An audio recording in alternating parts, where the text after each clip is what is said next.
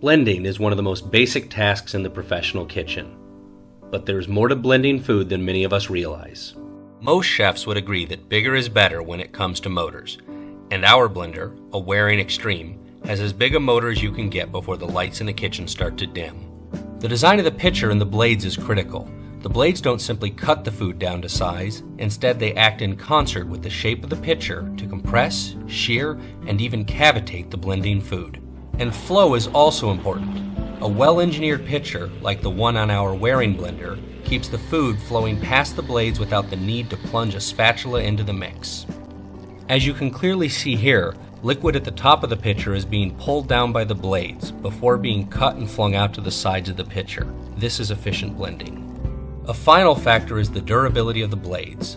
A solid professional blender forges its blades from exotic steel alloys that are extremely hard, keeping the edges sharp even after grinding the toughest foods down to size. Really hard, durable foods strain the motor and work to dull the blades. An extreme example is grinding wood chips into small fragments for our kitchen smoker. A lesser blender would overheat before getting the job done and the blades would quickly dull. But not everything in the kitchen needs such brute force. Sometimes it's better to use a bit of finesse and turn down the speed of the blade to do the best job, like for our olive puree. A clever and fast way to remove pits from olives for making tapenades or purees is by blending them on the lowest setting. Blend the olives with no liquid for about 30 seconds, or until the pits are completely clean. Working on the lowest setting allows you to chop through the meat of the olive, but not crack the pit into shards. Once you have blended the olives for about 20 to 30 seconds, you can empty them out into a container and separate out the undamaged pits. At this point, you are ready to make your tapenade, or you can return the olive meat to the blender and continue to blend into a puree. With the aid of Waring's high-powered motor, you can blend durable foods like raw carrots into a soup with nothing more than a little water and time. To do this, add clean and trim product to the blender and add just enough water to blend.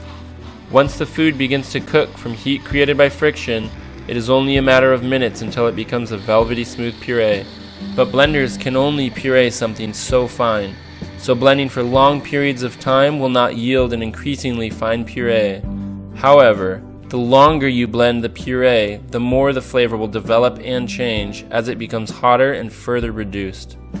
This is by far the easiest way we know how to make a smooth vegetable puree.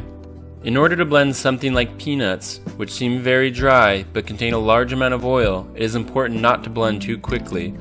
You will also need to consider the volume you are blending. Too little, and the peanuts are flung to the sides and never make contact with the blade. Too much, and the peanuts will stop flowing and the blades will free spin, at which point you will then need to scrape down the sides over and over, and this can become a huge waste of time. To blend the peanuts into a butter with minimal effort, start with about 600 grams of nuts on the lowest setting until they become fine pieces and begin to flow. At this point, you can begin to slowly turn up the speed. As a blender becomes warmer, the fat in the nuts begins to thin, and as this happens, the puree will begin to flow smoother and smoother. You can decide when the nut butter is finished based on how coarse or how fine you want your nut butter. These are just a few of the many amazing things you can do with the Waring Extreme blender. With its powerful motor, excellent blade design, and lasting durability, the Waring Extreme is a great addition to any commercial kitchen.